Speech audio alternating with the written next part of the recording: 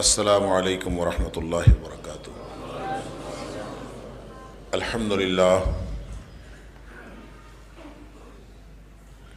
الحمدللہ وکفا وسلام علی عبادہ الذین اصطفیٰ۔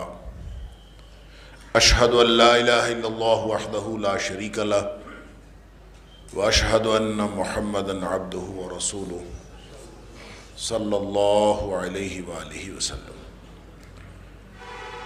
اللہم صلی علی محمد وعلی آل محمد کما صلیت علی ابراہیم وعلی آل ابراہیم انک حمید مجید۔ اللہم بارک علی محمد وعلی آل محمد کما بارکت علی ابراہیم وعلی آل ابراہیم انک حمید مجید۔ اما بعد فاعوذ باللہ السمیع العلیم من الشیطان الرجیم من ہمزہ ونفخہ ونفثہ۔ بسم اللہ الرحمن الرحیم۔ ان الدین عند اللہ الاسلام۔ اللہ کے نزدیک دین صرف اسلام ہے۔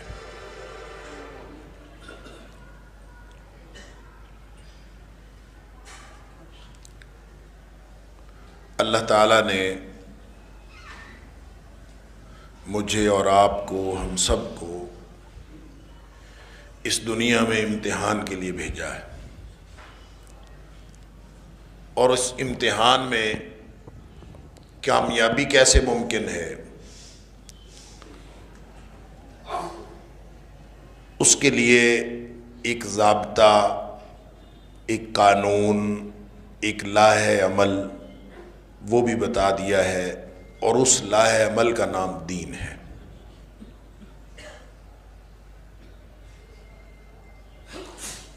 کیونکہ یہ دین اللہ کا ہے، اور اللہ نے اپنے بندوں کو یہ سکھانا ہے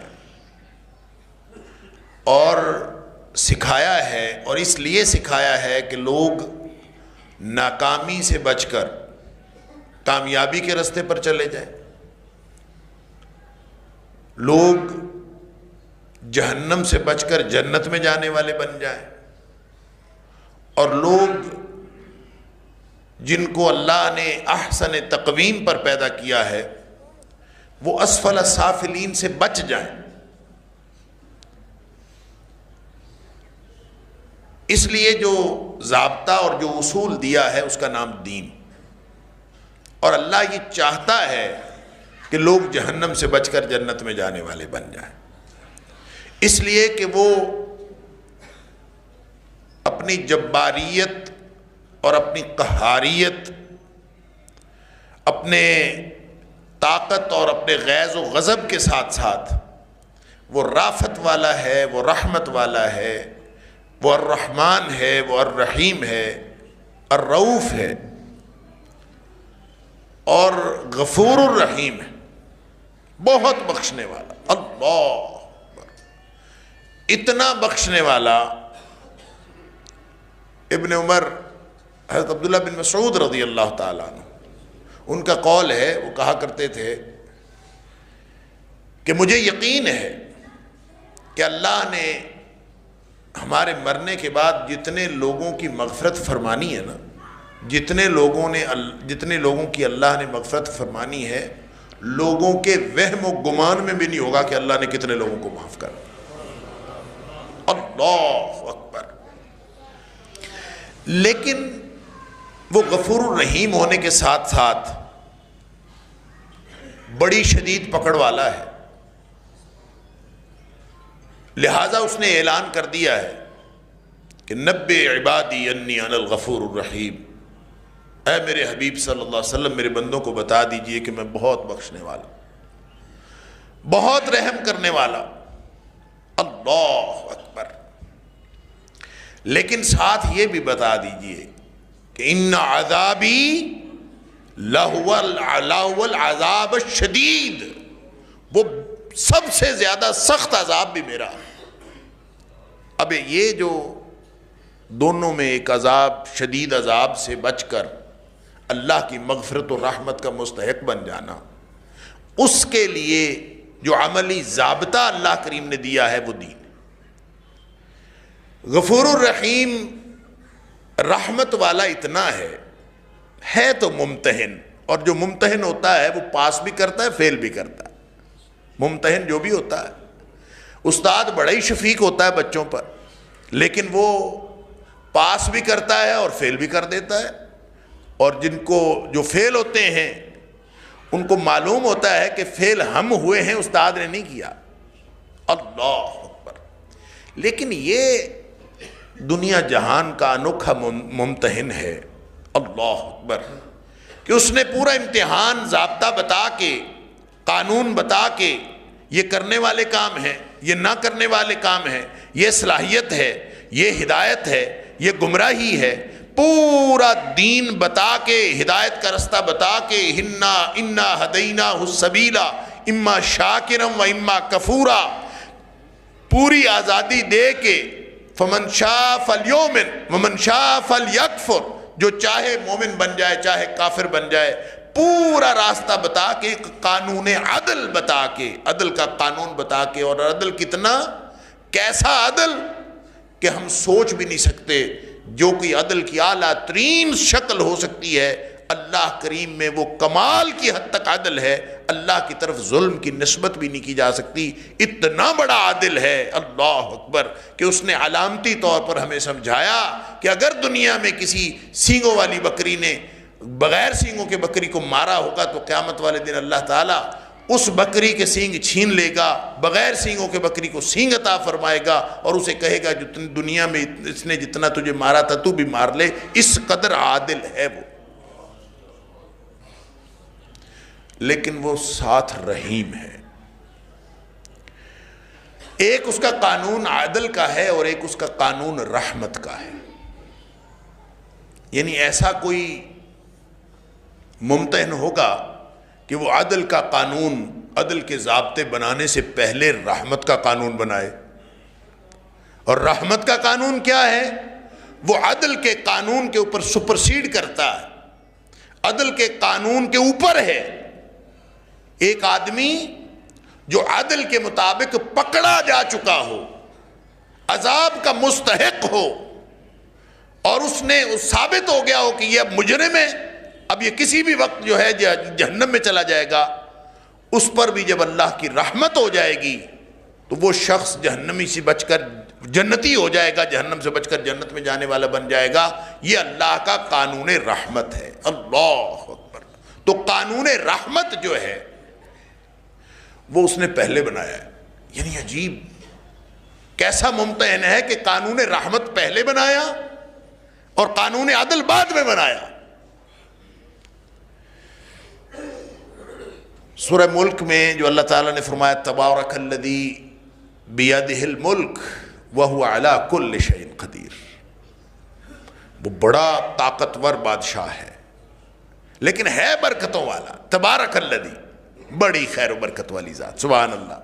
برکت کہتے ہی اس کو ہیں، جس شخص پر بول لیں، جس ہستی پر بول لیں، جس جگہ پر بول لیں، جس گھڑی جس دن پر بول لیں، لفظ برکت اپنے اندر رحمت لیے ہوئے ہے، اور رحمتوں کی ایسی برکھا برستی ہے کہ جو برکت والی چیز ہوتی ہے، برکت والی جگہ ہوتی ہے، یا برکت والی ہستی ہوتی ہے، برکت کے معنوں کے اندر شامل ہے کہ وہ ایک تو وہ سراسر خیر ہے، اور دوسرا وہ خیر کہیں رکتی نہیں ہے، وہ بڑھتی چلی جاتی، وہ کبھی رکتی نہیں، اس کی حد نہیں آتی۔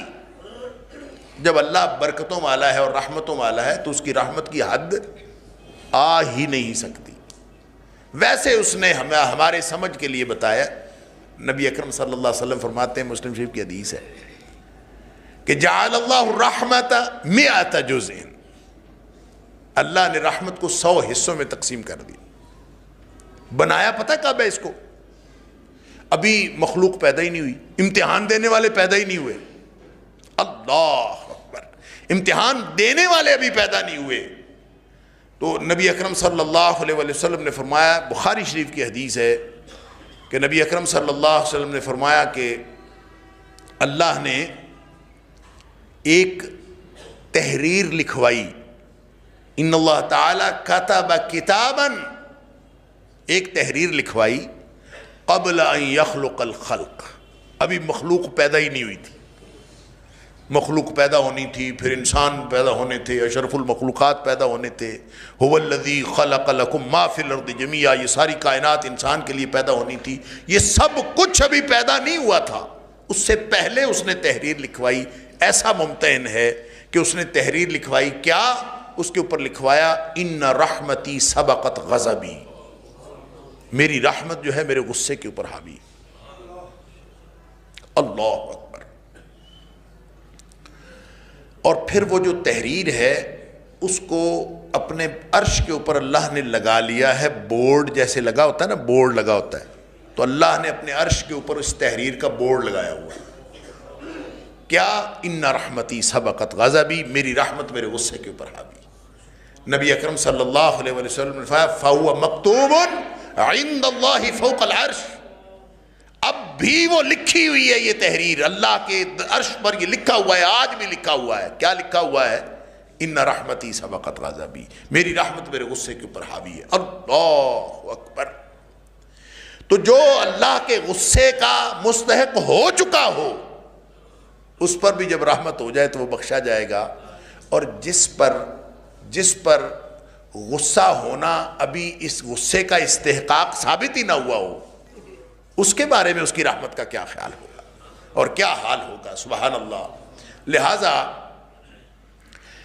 نبی اکرم صلی اللہ علیہ وآلہ وسلم نے فرمایا کہ اللہ نے رحمت کے 100 حصے کیے، جعل اللہ الرحمت 100 جزء، اللہ نے رحمت کے 100 حصے کر دیے، اور زمین پر صرف ایک حصہ نازل کیا ہے، 99 اپنے پاس رکھے ہیں۔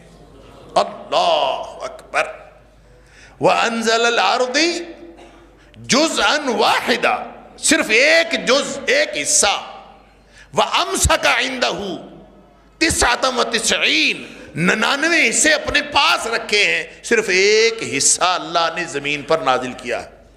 لہذا حضرت آدم علیہ السلام سے لے کر آخری انسان جو قیامت تک آئے گا، نبی اکرم صلی اللہ علیہ وسلم فرماتے ہیں فَبِذَلِكَ تَتَرَاحَمُ الْخَلَائِقُ، وہ جو ایک جزو ہے، ایک حصہ جو ہے، 100واں حصہ، حضرت آدم علیہ السلام سے لے کر قیامت تک آنے والا ہر انسان، مائیں کتنا پیار کرتی ہیں اپنے بچوں سے، دنیا کائنات کی ہر ماں جو پیار کرتی ہے، والدین اپنے بچوں پر شفقت کرتے ہیں، لوگ لوگوں سے پیار کرتے ہیں، لوگوں کے اوپر رحمت کے جذبات آپ دیکھتے ہیں، حتیٰ کہ صرف مائیں انسانوں کی نہیں، ہر مخلوق کی ماں وہ اپنے بچوں سے کتنا پیار کرتی ہے، اپنی جان دے دیتی ہیں مائیں بچوں کو بچانے کے لیے۔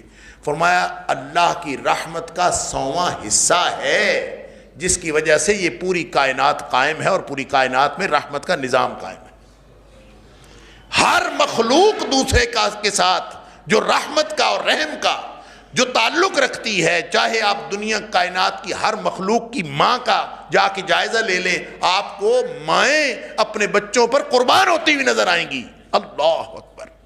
اور صرف مخلوقات کی بات نہیں، اللہ جو خود رحمت فرما رہا ہے، لوگ بے دینی پھیلائے جا رہے ہیں، اللہ ان کے اوپر عذاب نازل نہیں کر رہا، کافر کفر کر رہے ہیں، اللہ ان کے اوپر عذاب نازل نہیں کر رہا، اور ظالم ظلم کر رہے ہیں اور وہ عذاب سے تباہ و برباد نہیں ہو رہے۔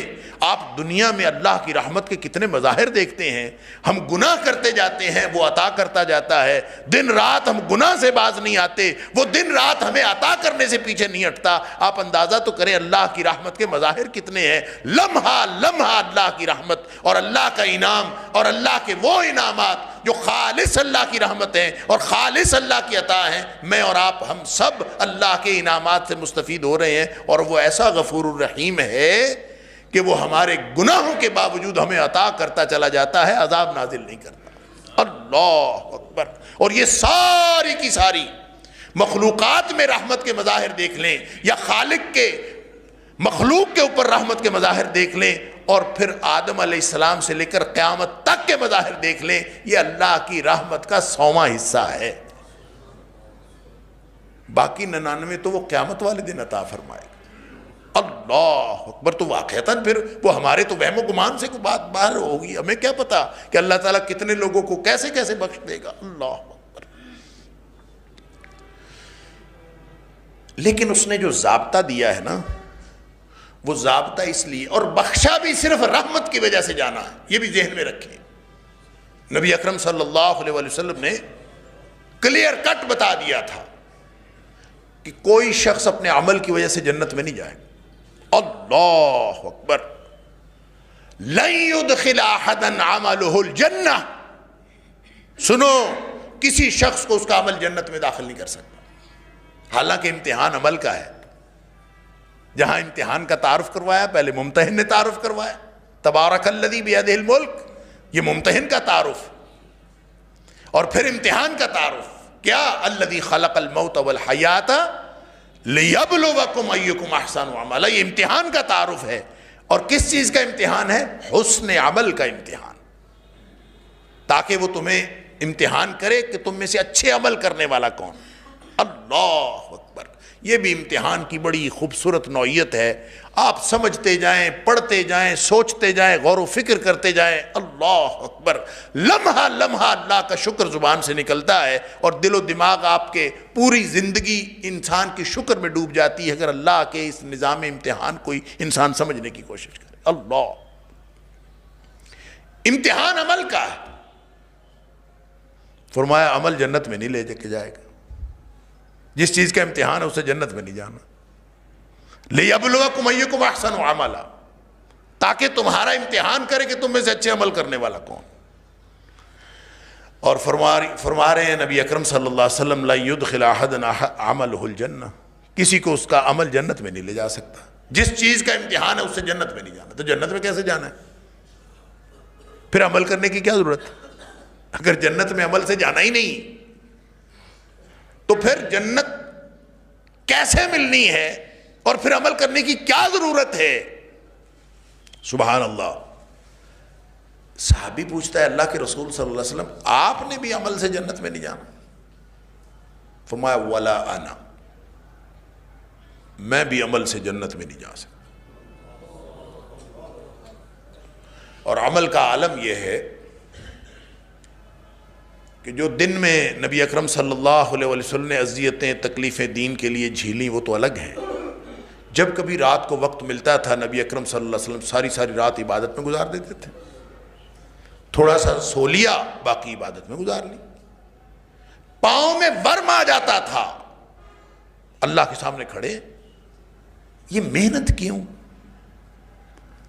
یعنی یہ محنت ہے، یہ ریاضت ہے، یہ تو اپنی جان توڑ دینا ہے، اپنی ساری صلاحیتیں لگا دینا ہے عمل میں، اور فرما رہے ہیں عمل سے جنت میں نہیں جانا۔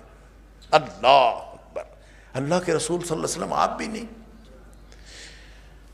اللہ اکبر، فرمایا ولا انا، میں بھی عمل سے جنت میں بھی نہیں جا سکتا۔ الا ان یتغمدنی اللہ برحمت، ہاں جنت میں اس وقت جاؤں گا اگر جب اللہ کی رحمت مجھے اپنی لپیٹ میں لے لے گی، اللہ کی رحمت مجھے لپیٹ میں لے لے گی، میں جنت میں چلا۔ اس کا مطلب یہ ہوا امتحان تو اصول عدل کے تحت ہو رہا، لیکن جنت رحمت سے ملنی۔ اللہ اکبر، وہ پنجابی کا شعر نہیں سنا؟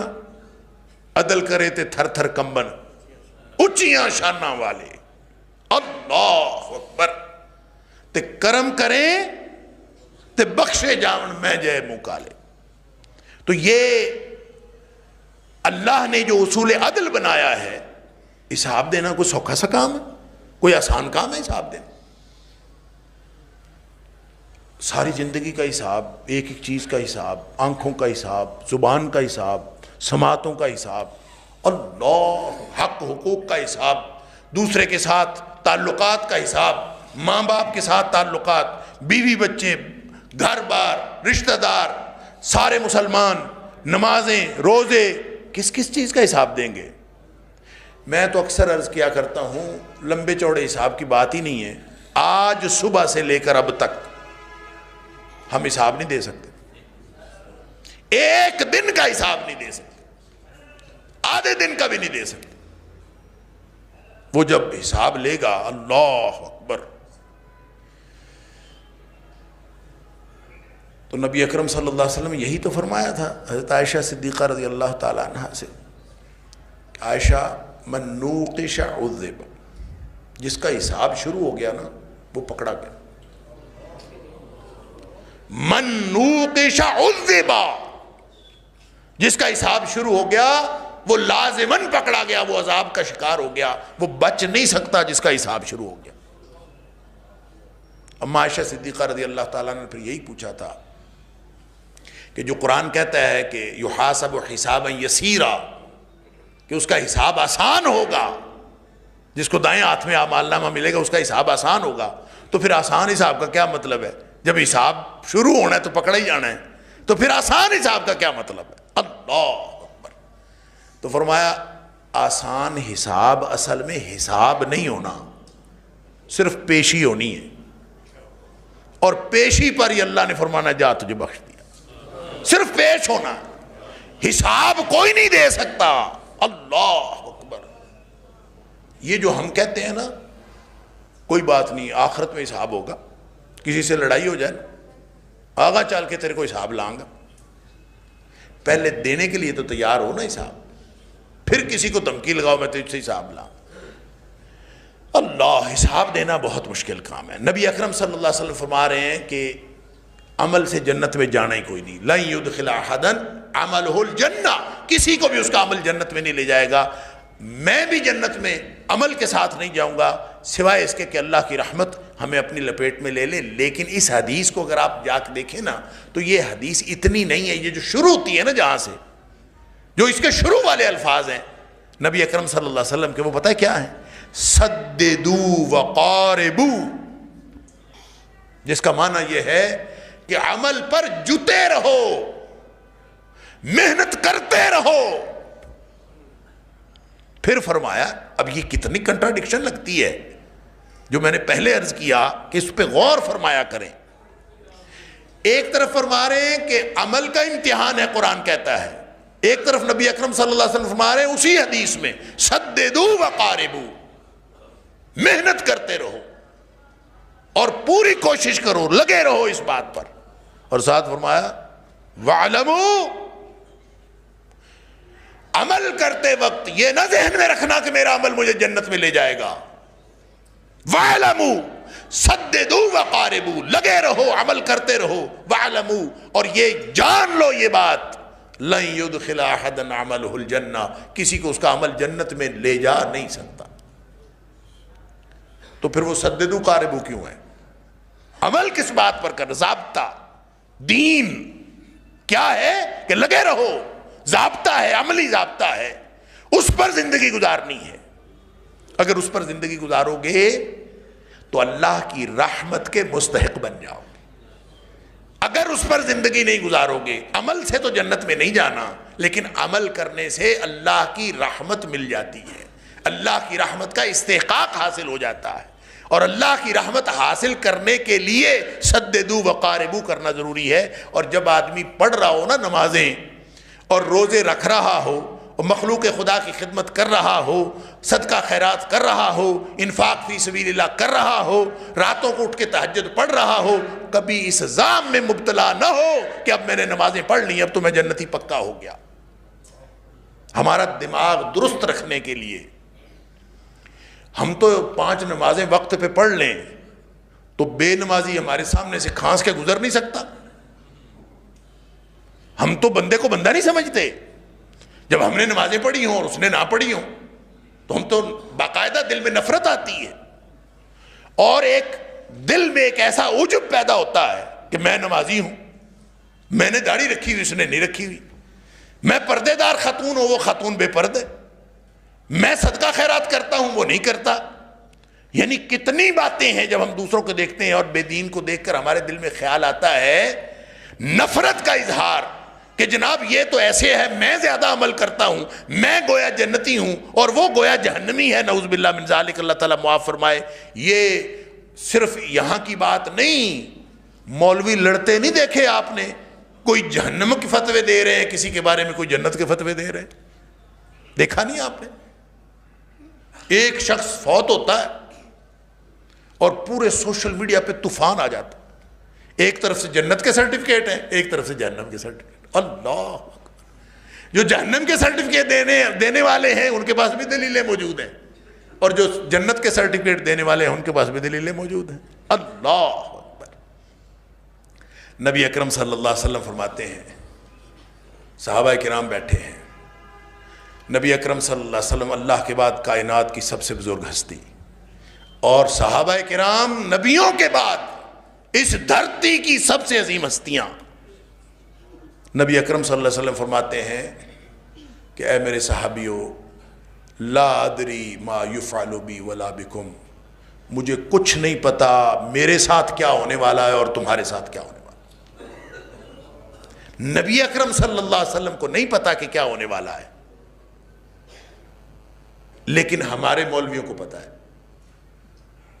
جنہوں نے جنت میں بھیجنا ان کو بھی پتا ہے، اور جنہوں نے جہنم میں بھیجنا ان کو بھی پتا ہے۔ انا للہ و انا الیہ، جو اس کے کرنے کے کام ہیں وہ اس کو کرنے دیں، جو تمہارے کرنے کے کام ہیں وہ کریں، جو ہمیں کرنے کے لیے دیے ہیں وہ کام ہم کریں۔ اور وہ کیا کام ہے؟ وہ جہاں سے میں نے بات کا آغاز کیا تھا وہ ہے ان الدین عند اللہ الاسلام۔ اللہ نے ایک دین دیا ہے، ایک ضابطہ دیا ہے، اور وہ ضابطہ ہے اسلام۔ اس اسلام کے اوپر جو زندگی گزارے گا وہ اللہ کی رحمت کا مستحق ہوگا۔ سادہ سا اصول ہے۔ اب اسلام پر زندگی گزارتے وقت یہ نہیں کہنا، یہ نہیں سمجھنا کہ اس سے میری جنت سیکیور ہو گئی ہے، یہ سمجھنا ہے کہ میں جنت کے راستے پر چل پڑا ہوں۔ اس نے سب سے جو پہلی چیز دیکھنی ہے نا وہ دل کی کیفیت دیکھنی ہے۔ عمل کا تعلق دل کے ساتھ، کوئی عمل اپنی باطنی کیفیت کے بغیر نہیں ہوتا، اس لیے کہ انما الاعمال بالنیات، عملوں کا دار و مدار نیتوں پر ہے، لہذا جو کچھ باطن میں ہے اس کا ظاہر باطن اللہ کے لیے ہو، ظاہر نبی اکرم صلی اللہ علیہ وسلم کی سنت کے مطابق ہو، یہ دو شرطیں ہوں گی تو عمل حسن کی اس سطح کو پہنچے گا، حسن کے اس معیار کو پہنچے گا جو اللہ تعالیٰ نے حساب کتاب کے لیے قاعدہ اور ضابطہ بتایا۔ فرمایا لیبلوکم ایکم احسن عملا، حسن عمل ہوتا ہی وہ ہے جس میں اللہ کے لیے خالص اللہ کے لیے عمل کیا جائے اور نبی اکرم صلی اللہ علیہ وسلم کی سنت کے مطابق کیا جائے۔ اگر یہ دو باتیں اس میں موجود ہیں تو یہی وہ دین ہے۔ اچھا، دین یہ سمجھ لیجئے، دین نبی اکرم صلی اللہ علیہ وسلم کا بھی نہیں ہے، دین اللہ کا ہے۔ ان الدین عند اللہ الاسلام، اور وہ دین جو اللہ کا ہے وہ رلے والا اور ملاوٹ والا نہیں ہے۔ الا للہ الدین الخالص، اللہ کا دین خالص ہوتا، وہ ملاوٹ والا نہیں ہوتا۔ اس کا یہ معنی بھی ہے کہ اللہ کا دین خالص ہے، اور اس کا یہ معنی بھی ہے کہ جس کا جو دین خالص اللہ کے لیے ہوگا وہ اللہ قبول کرتا ہے۔ اور اس کو دوسرے لفظوں میں فرمایا فَاعْبُدِ اللَّهَ مُخْلِصًا لَهُ الدِّينَ، اللہ کی بندگی اس طرح کرو کہ اس سے ہر چیز نکال کے مخلصاً خالص کر کے، اور خالص پتہ کیسے ہوتا ہے؟ خالص یخلص کہتے ہیں، یہ جو سونے کو آگ پر تپاتے ہیں نا سنیارے، کہ اس کے اندر سے میل کچیل نکل جائے، اس تپانے کے عمل کو خالص یخلص کہتے ہیں۔ اس سے پھر خالص ہونا باقی بچتا ہے، اس میں میل کچیل جتنا نکل جاتا ہے پھر وہ خالص ہونا، اسی سے خالص ہے۔ تو فَاعْبُدِ اللَّهَ مُخْلِصًا لَهُ الدِّينَ، اور عَلَىٰ لِلَّهِ الدِّينُ الْخَالِص اور مخلصین لَهُ الدِّينَ، ان سب کا معنی یہ ہے کہ جب تم کام کرو تو وہ صرف اللہ کے لیے کرو، اس میں ملاوٹ کوئی نہیں ہونی چاہیے۔ اگر ملاوٹ ہوئی، اور یہ بات یہاں ایک نقطہ یہ بھی سمجھ لیجئے کہ رکاوٹیں تو ہوں گی، ملاوٹیں تو ہوں گی، ملاوٹیں ہوں گی۔ اللہ نے ہم سے مصفا کا، صاف، ایک ہوتا ہے خالص اور ایک ہوتا ہے صاف، فرق پتہ ہے اس کا کیا ہے؟ اللہ نے ہم سے صاف دین کا مطالبہ نہیں کیا، اس لیے کہ صاف بھی عربی زبان کا لفظ ہے، مصفا، حدیث میں، قرآن میں آتا ہے عسل مصفا، جو جنت کا شہد ہوگا نا، ایک نہر ہوگی، وہ کس کی؟ شہد کی نہر ہوگی۔ شہد کیسا؟ مصفا، ایسا شہد ہوگا کہ اس کے اندر کسی قسم کا کوئی گرد و غبار اور کسی قسم کا کوئی ذرہ نہیں ہوگا، بالکل شفاف. سبحان اللہ، وہ ہے مصفا. ہم سے اس بندگی کا مطالبہ نہیں کیا. کر سکتا تھا، ہمیں کہتا کہ تمہاری بندگی مصفا ہونی چاہیے. ہم سے مصفا کا مطالبہ نہیں ہے. کیوں؟ کہ یہ تو ممکن ہی نہیں ہے کہ انسان ہو اور اس سے خطا کا امکان نہ ہو. یہ تو ممکن ہی نہیں ہے. کل بنی آدم خطاء، آدم کا ہر بیٹا خطا کار ہے، اور ہر وقت اتنی آلودگیاں اس کو چمٹی ہوئی ہیں، اور آلودگیاں اس قدر ہیں، اللہ اکبر، کہ جیسے میں نے عرض کیا کہ نماز ہی پڑھ لے نا 5 وقت با جماعت نماز، اللہ، دل میں خیال آتا ہے دیکھیں وہ بے نمازی ہیں اور میں نمازی، فوراً ہی دل کے اندر ایک آلودگی شامل ہو جاتی. اگر اتنا سا دل میں آ گیا نا یہ کہ میں بہتر ہوں اور وہ کمتر ہے، میں بہتر ہوں اور دوسرا کمتر ہے، چاہے نماز پڑھنے سے آیا، چاہے تہجد پڑھنے سے آیا، چاہے روزے رکھنے سے آیا، چاہے جو مرضی کرنے سے آیا، دل میں یہ خیال آ گیا کہ دوسرا مجھ سے کمتر ہے اور اب میں نے اس کی بات نہیں ماننی، اس لیے کہ یہ تو بندہ ہی بے دین ہے، میں اس کی بات کیوں مانوں؟ وہ چاہے سچی بات کرے چاہے جھوٹی، تو اس کی بات تو میں نہیں ماننی، اس لیے کہ میں نیک آدمی ہوں اور وہ نیک نہیں ہے. اسی کا نام تکبر ہے.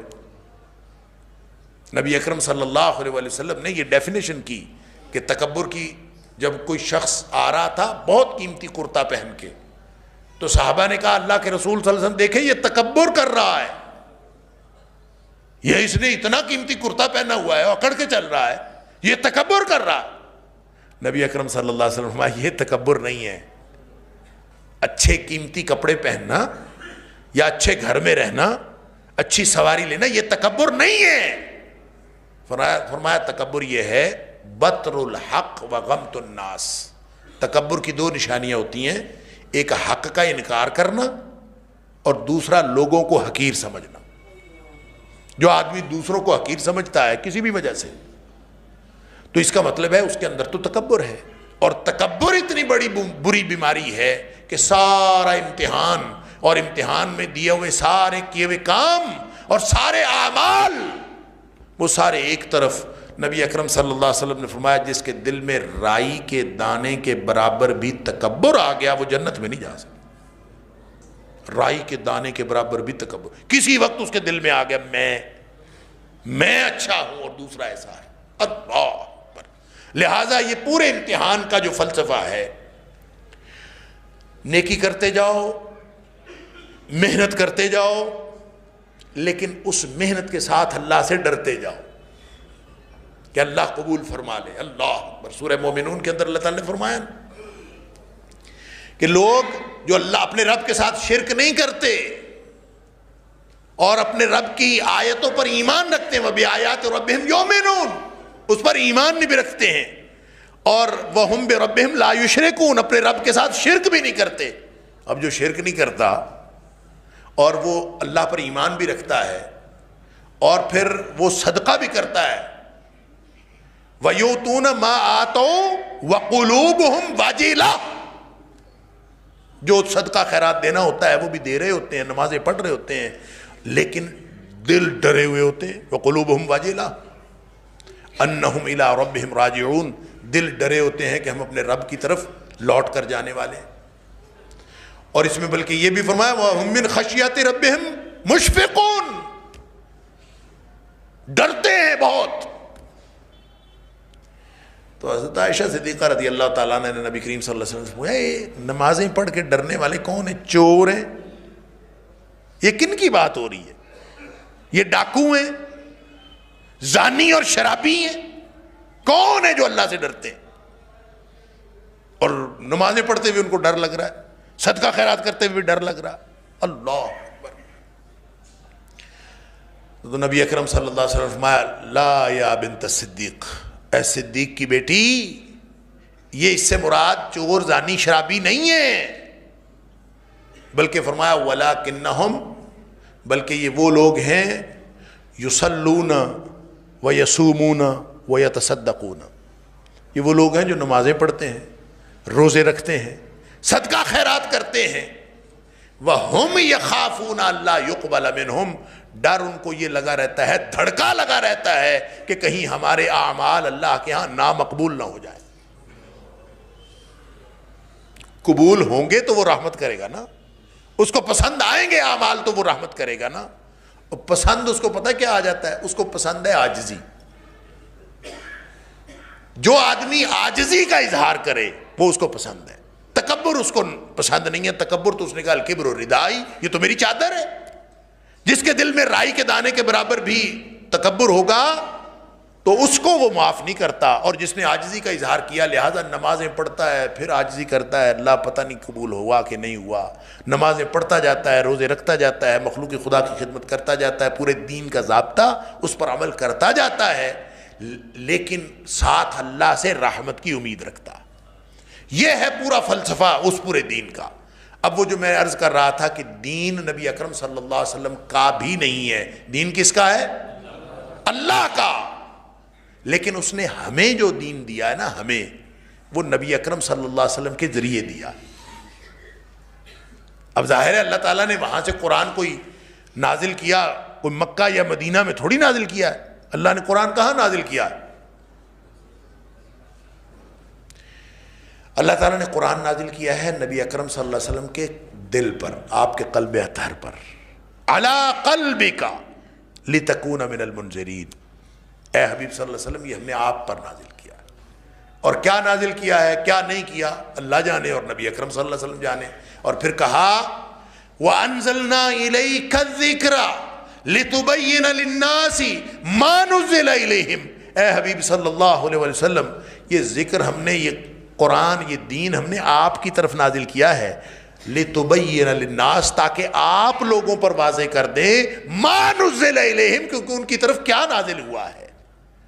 لہذا جو نازل کیا وہ بھی نبی کریم صلی اللہ علیہ وسلم پر نازل کیا، اس کی جو وضاحت کرنی ہے وہ ذمہ داری بھی نبی اکرم صلی اللہ علیہ وسلم کی لگائی۔ یوں ہمارے پاس نمونہ کامل، اسوہ کامل نبی اکرم صلی اللہ علیہ وسلم کی ذات آ گئی۔ اب اتھارٹی دین کے لیے نبی اکرم صلی اللہ علیہ وسلم ہے، دین اللہ کا، اور اتھارٹی کون؟ نبی اکرم صلی اللہ علیہ وسلم۔ نبی کریم صلی اللہ علیہ وسلم ہاں فرما دیں تو دین، آپ نہ فرما دیں تو دین، آپ خاموش رہ جائیں تو بھی دین، آپ کسی خاموشی سے کسی چیز کو برقرار رکھیں تو بھی دین بنتا ہے۔ یہ ہے وہ دین۔ لہٰذا قیامت تک کے لیے دین فکس ہو گیا۔ نبی اکرم صلی اللہ علیہ وسلم زبان سے جو نکالیں گے وہی دین بنے گا۔ آپ جس کو قرآن کہیں گے وہ قرآن ہوگا، آپ جس کو نبی اکرم صلی اللہ علیہ وسلم کعبہ قرار دیں گے وہ کعبہ ہوگا۔ نبی اکرم صلی اللہ علیہ وسلم فرشتوں کا تعارف کروائیں گے، کتابوں کا تعارف نبی اکرم صلی اللہ علیہ وسلم کرائیں گے، نبیوں کا تعارف نبی اکرم صلی اللہ علیہ وسلم کرائیں گے۔ قیامت تک کے لیے جو ضابطہ دیں گے وہ نبی اکرم صلی اللہ علیہ وسلم۔ کیوں؟ اس لیے کہ نبی اکرم صلی اللہ علیہ وسلم اپنی طرف سے کوئی چیز شامل کرتے ہی نہیں۔ وما ينطق عن الهوى ان هو الا وحی یوحی، ان کو اللہ نے بنایا ہی ایسا ہے کہ وہ اپنی خواہشیں پیچھے رکھ دیتے ہیں اور وہ صرف اللہ کی مرضی سے بولتے ہیں۔ وہ ایک صحابی پوچھتا ہے اللہ کے رسول صلی اللہ علیہ وسلم اذان ہو گئی؟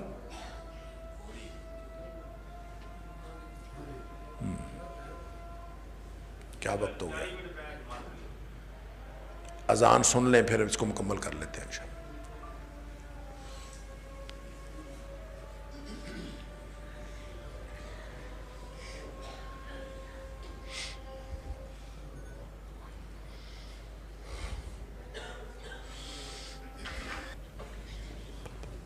تو نبی اکرم صلی اللہ علیہ وآلہ وسلم کو اللہ تعالیٰ نے یہ اتھارٹی دی کہ اب قیامت تک کے لیے جس شخص نے بھی اس ضابطے کے ساتھ جڑنا ہو جو اللہ نے کامیابی کا ضابطہ دیا ہے، اس کو نبی اکرم صلی اللہ علیہ وسلم کے ساتھ جڑنا پڑے گا۔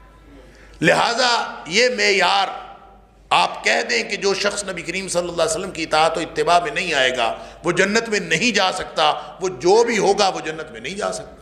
کسی کو آپ اسپیسیفکلی یہ نہیں کہہ سکتے کہ فلاں آدمی جنت میں نہیں جائے گا۔ آپ یہ کہہ سکتے ہیں کہ جھوٹا آدمی بے ایمان ہوتا ہے، آپ کسی کو یہ نہیں کہہ سکتے کہ تم جھوٹے اور تم بے ایمان ہو۔ لہٰذا وہ اصول، وہ قاعدہ، وہ ضابطہ جو اللہ کے رسول صلی اللہ علیہ وسلم نے دیا ہے وہی ہمارے پاس ایک ضابطہ ہے، وہی ہمارے پاس ایک معیار ہے، اور سامنے جو نظر آتی ہے چیز اسی پر ہم اس کے اوپر حکم لگائیں گے، اور وہ حکم کیا ہے کہ جو شخص اللہ اور اس کے رسول صلی اللہ علیہ وسلم کو ماننے والا ہے، اس ضابطے کے اوپر چلنے کی کوشش کرنے والا ہے، وہ انشاءاللہ جنت کے راستے پر ہے۔ جنت میں جائے گا کہ نہیں جائے گا یہ اللہ کو معلوم۔ لہذا اس دین کے اوپر چلنا، اس دین کو معیار سمجھنا۔ نبی اکرم صلی اللہ علیہ وسلم نے فرمایا جس شخص کو 5 وقت مسجد میں آتا دیکھو اس کے ایمان کی گواہی دے دو۔ اللہ اکبر۔ اذا رأیتم احدکم یتعاہد المسجد، جب کسی کو دیکھتے ہو مسجد کے لیے دوڑ دھوپ کرتا ہے، 5 وقت مسجد میں آتا ہے، اس کے ایمان فشہدوا لہ بالایمان، اس کے ایمان کی گواہی دے دو۔ حالانکہ مسجد میں منافقین بھی آتے تھے، منافق بھی ہو مسجد میں آتا ہے تو ہمارا کام یہ ہے کہ ہم اس کے ایمان کی گواہی دے دیں۔ رہ گئی بات کہ وہ اندر سے منافق ہے، اس کا معاملہ اللہ کے ساتھ ہے، انہ علیم بذات الصدور، اللہ تعالیٰ جانتا ہے دلوں کے حال، وہ پکڑے گا اس کو، وہ اس کا کیا حال ہوگا، کل کو کیسے پکڑا جائے گا، کیسے بخشا جائے گا، یہ ہمارا معاملہ نہیں۔ لیکن ہمارے پاس اپنی بخشش کے لیے بھی اور دوسروں کی بخشش کے لیے بھی ایک ہی ضابطہ ہے، ایک ہی طریقہ ہے کہ ہم نبی اکرم صلی اللہ علیہ وسلم کے ساتھ جڑ جائیں۔ اب اگر میں اور آپ اس راستے پر ہیں کہ ہمیں جب بھی کوئی مسئلہ درپیش ہو، ہم جب بھی کوئی عملی ضابطہ دیکھیں، جب بھی ہم کوئی انفرادی اور اجتماعی عمل سر انجام دینے لگیں، ہماری نگاہ مدینہ طیبہ کی طرف اٹھے اور ہم نبی اکرم صلی اللہ علیہ وسلم کو، آپ کی حیات طیبہ کو، صحابہ کرام کی زندگیوں کو دیکھیں، تو اس کا مطلب ہے ہم اس درست راستے پر ہیں جو جنت کا راستہ ہے۔ یہ وہ ضابطہ ہے جو جہنم سے بچا کر جنت میں لے جا سکتا ہے۔ اور اگر رہنمائی کے لیے نگاہیں کسی اور طرف اٹھتی ہیں تو کہتا ہے کہ میں مسلمان ہوں، کہتا ہے میں اللہ کے رسول صلی اللہ علیہ وسلم کو مانتا ہوں، کہتا ہے میں اللہ کو مانتا ہوں، لیکن رہنمائی کے لیے جو پہلا خیال آتا ہے وہ مدینہ منورہ کا نہیں آتا، وہ نبی اکرم صلی اللہ علیہ وسلم کا نہیں آتا، صحابہ کرام کا نہیں آتا، کسی کا منہ مشرق کو ہے، کسی کا منہ مغرب کو ہے، کوئی کہیں کا کوئی کہیں کا۔ اگر وہ یہ کر رہے ہیں تو وہ کم از کم اس ضابطے پر نہیں ہے جو اللہ نے جہنم سے بچ کر جنت میں جانے والا ضابطہ بنایا۔ ہاں، نبی اکرم صلی اللہ علیہ وسلم نے جو دین صحابہ کرام کو سکھایا اس پر عمل کرتے ہوئے اختلاف ہو جانا یہ فطری امر ہے، پھر کوئی حرج نہیں ہے۔ مطمع نظر یہ ہو کہ ہم نے نبی اکرم صلی اللہ علیہ وسلم کی بات ماننی ہے اور اسی پر زندگی گزارنی ہے۔ اگر یہ مطمع نظر ہے، نبی اکرم صلی اللہ علیہ وسلم کی باتوں کو سمجھنے میں، تفہیم حاصل کرنے میں کوئی فرق پڑ گیا، سمجھ کا فرق پڑ گیا تو کوئی حرج نہیں، انشاءاللہ اللہ تعالیٰ بخش دے گا۔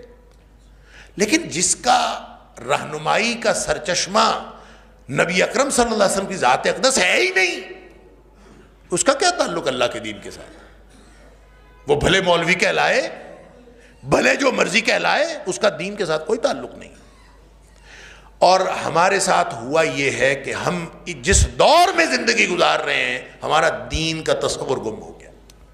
وہ دین جس نے ہمیں بچانا تھا، جس نے ہمارا تحفظ کرنا تھا، وہ ہم اس کو گوا بیٹھے، ہمارا تصور ہی بگڑ گیا۔ اللہ اکبر۔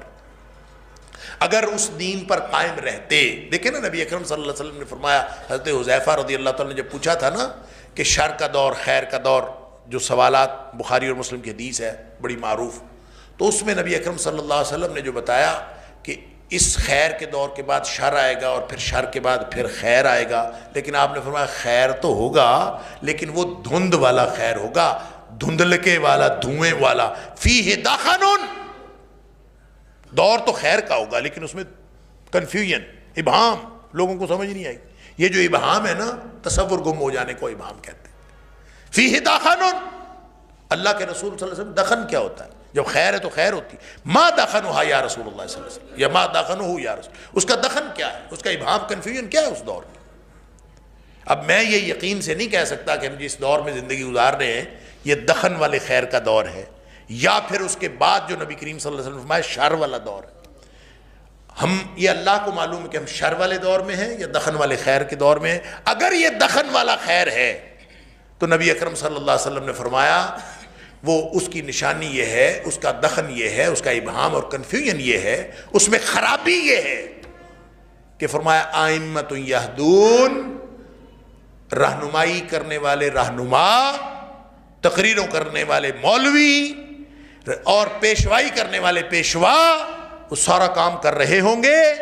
ائمۃ یہدون، ائمہ رہنمائی کا کام کر رہے ہوں گے بغیر ہدی، لیکن جو وہ رہنمائی دے رہے ہوں گے وہ میری لائی ہوئی ہدایت نہیں ہوگی، وہ کہیں اور سے لے رہے ہوں گے.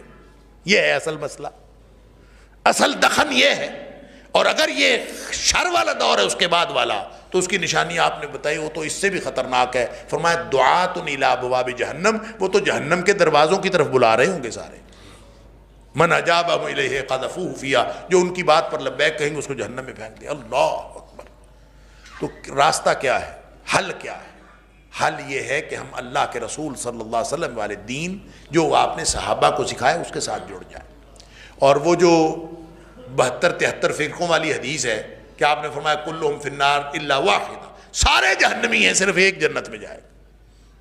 اس کی ڈیفینیشن بھی جب صحابہ نے پوچھی تھی کہ ان کی صفہم لنا، ان کی نشانی بتا دیں، تو نبی اکرم صلی اللہ علیہ وسلم نے نشانی یہ بتائی تھی ما انا علیہ واصحابی، وہ لوگ اس دین پر ہوں گے جس دین پر میں اور میرے صحابہ کرام. لہٰذا اگر اس راستے کو انتخاب کیا ہے تو پھر آپ کو مبارک ہو، اور اگر راستہ کوئی اور ہے تو پھر آج فکر کر لیں. ایک آخری حدیث عرض کر کے میں اپنی بات مکمل کرتا ہوں. نبی اکرم صلی اللہ علیہ وسلم نے قرب قیامت کی باتیں بتائیں، بہت ساری احادیث ہیں. ایک حدیث کے اندر آپ نے فرمایا ان من اقتراب الساعہ، قرب قیامت کی نشانیوں میں سے ایک نشانی یہ ہے کہ جس میں آپ نے فرمایا ان یوضع علی خیار ویرفع علی شرار، کہ جو بدترین لوگ ہیں وہ اوپر آ جائیں گے اور جو اچھے لوگ ہیں وہ بالکل چھوٹے بنا دیے جائیں گے، نکو بنا دیے جائیں گے، ان کو پست کر دیا جائے گا، اور بدترین لوگوں کو جو ہے وہ اوپر لے آیا جائے گا. یہ بھی اس دور کی نشانی ہے. پھر آپ نے ایک نشانی یہ بھی بتائی اس دور کی کہ وَيُفْتَحَ الْقَوْلُ وَيُخْزَنَ الْعَمَلُ، اس دور میں تقریریں کرنے والے بہت ہوں گے، باتیں بہت ہوں گی، قول باتیں پھیل جائیں گی. وَيُخْزَنَ الْعَمَلُ، عمل سکڑ جائے گا، عمل کرنے والے تھوڑے ہوں گے. اب تقریریں تو جس سے مرضی کروا لو. اللہ، ہر بندہ جو اٹھتا ہے سوشل میڈیا پہ، میرا اکاؤنٹ ہے سوشل میڈیا پہ، یوٹیوب چینل ہے، فلاں ہے، روز درس ادھر سے ادھر، جس سے مرضی کروا لو. اگر ہم یہاں پہ جتنے لوگ بیٹھے ہیں آپ اٹھا کے دیں، ہم میں سے بہت سارے مدرسین نکل آتے. عمل کا مسئلہ ہے. تقریر تو میں بھی بڑی اچھی کر لیتا ہوں، عمل میرا کتنا ہے یہ اللہ کو معلوم ہے. اللہ یفتح القول ویخزن العمل. تقریریں کرنے کے تو بہت بہانے ہیں اور بہت راستے ہیں، اور کرنے والے بھی بہت ہیں، عمل کرنے والے کتنے ہیں. یہ اس دور کا ایک فتنہ یہ. اور پھر آپ نے فرمایا اس دور میں دیکھیں جب حالات یہ ہو جائیں کہ بدترین لوگ اوپر ہیں، بہترین لوگ جو ہیں وہ بالکل معاشرے کا ایک ان کو تلچھٹ بنا دیا گیا ہے. اب وہ کدھر، کون اصلاح کون کرے گا؟ جو بدترین لوگ ہیں ان کی سنی جاتی ہے، جو بہترین لوگ ہیں ان کی سنتا ہی کوئی نہیں. اور باتیں ہر بندہ کر جس سے مرضی کروا لو، گدھا گھوڑا سب برابر ہوئے پڑے ہیں، عمل کی کوئی اہمیت نہیں ہے. اصلاح کیسے ہوگی؟ تو اصلاح کا ایک طریقہ ہے کہ تعلیم دی جائے، اور تعلیم کون سی؟ مدینہ طیبہ سے جو آئی ہوئی ہے، یہی ایک طریقہ ہے نا. تو نبی اکرم صلی اللہ علیہ وسلم نے فرمایا اس قوم میں، اس معاشرے میں جو پڑھا جا رہا ہوگا نا وہ مسنات ہوگا. فرمایا وَتُقْرَأُ فِي الْقَوْمِ الْمُسَنَّاتُ، جو کچھ پڑھایا جا رہا ہوگا نا وہ سارے کا سارا المسنات ہوگا. ساتھ یہ فرمایا وَلَيْسَ فِيهِمْ أَحَدٌ يُنْكِرُهَا، ان میں کوئی ایک آدمی ایسا بھی نہیں ہوگا جو اٹھ کے یہی کہہ دے کہ یہ کیا کر رہے ہو، اس کو برا ہی کہہ دے. برا کہنے والا بھی کوئی نہیں ہو، اس کو غلط کہنے والا بھی کوئی نہیں ہو. یعنی انتہا ہے زوال کی. صحابی پوچھتا ہے اللہ کے رسول صلی اللہ علیہ وسلم مل مسنات یا رسول اللہ صلی اللہ علیہ وسلم، مسنات کیا پڑھ رہے ہوں گے لوگ اس دور میں؟ فرمایا التی کتبت سوا کتاب اللہ، ہر وہ چیز جو اللہ کی کتاب کے علاوہ علم لکھا جا رہا ہے، جو وحی الہی کے مقاصد سے ہٹ کے جو کچھ لکھا جا رہا ہے وہ سارے کا سارا المسنات ہے. لہٰذا جو ہم سکولوں میں پڑھا رہے ہیں، پتہ نہیں کس کے نظریات کہاں سے آئے، کس نے لکھے، کیا کچھ کس کو کون پڑھائے جا رہا ہے، اور پھر مذہبی رہنمائی، دینی رہنمائی بھی جس نے لینی ہے، کوئی کہیں سے لے رہا ہے، کوئی کہیں سے لے رہا ہے، مدینہ طیبہ سے کون لے رہا؟ نبی اکرم صلی اللہ علیہ وسلم کی لائی ہوئی ہدایت سے کون ہدایت حاصل کر رہا ہے؟ لہٰذا آج اگر اب اس کی فکر کر لیں تو انشاءاللہ ہم کامیابی کے رستے پر آج بھی ابھی بھی وقت ہے، مرنے سے پہلے وقت ہے۔ ہم یہ تہیہ کر لیں کہ آج کے بعد جتنی زندگی باقی ہے، ہم اللہ سے وعدہ کر لیں کہ اللہ آج سے پہلے کے جتنے گناہ تو معاف کر دے۔ آج ہم تجھ سے وعدہ کرتے ہیں کہ آج کے بعد جتنی زندگی باقی ہے، وہ چاہے چند لمحے ہے، چند سال ہے، وہ خالص تیری مرضی کے لیے، تیری رضا کے لیے اور خالص نبی اکرم صلی اللہ علیہ وسلم کے طریقے کے مطابق گزرے گی۔ ہم اللہ سے یہ وعدہ کر لیں، یقیناً اللہ کو ہماری حالت پر ترس آ جائے گا، ہماری دنیا بھی بن جائے گی، ہماری آخرت بھی بن جائے گی۔ وآخر دعوانا الحمدللہ۔